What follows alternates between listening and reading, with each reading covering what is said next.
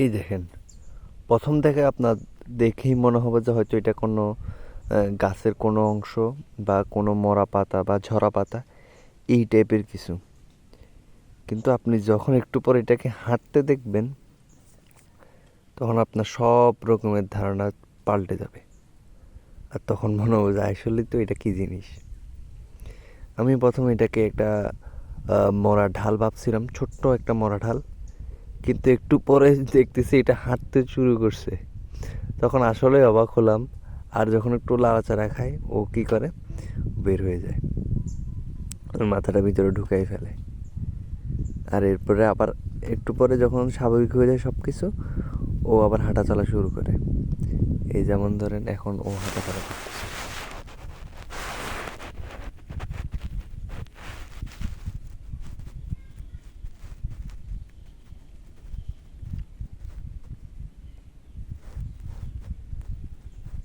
দেখছেন?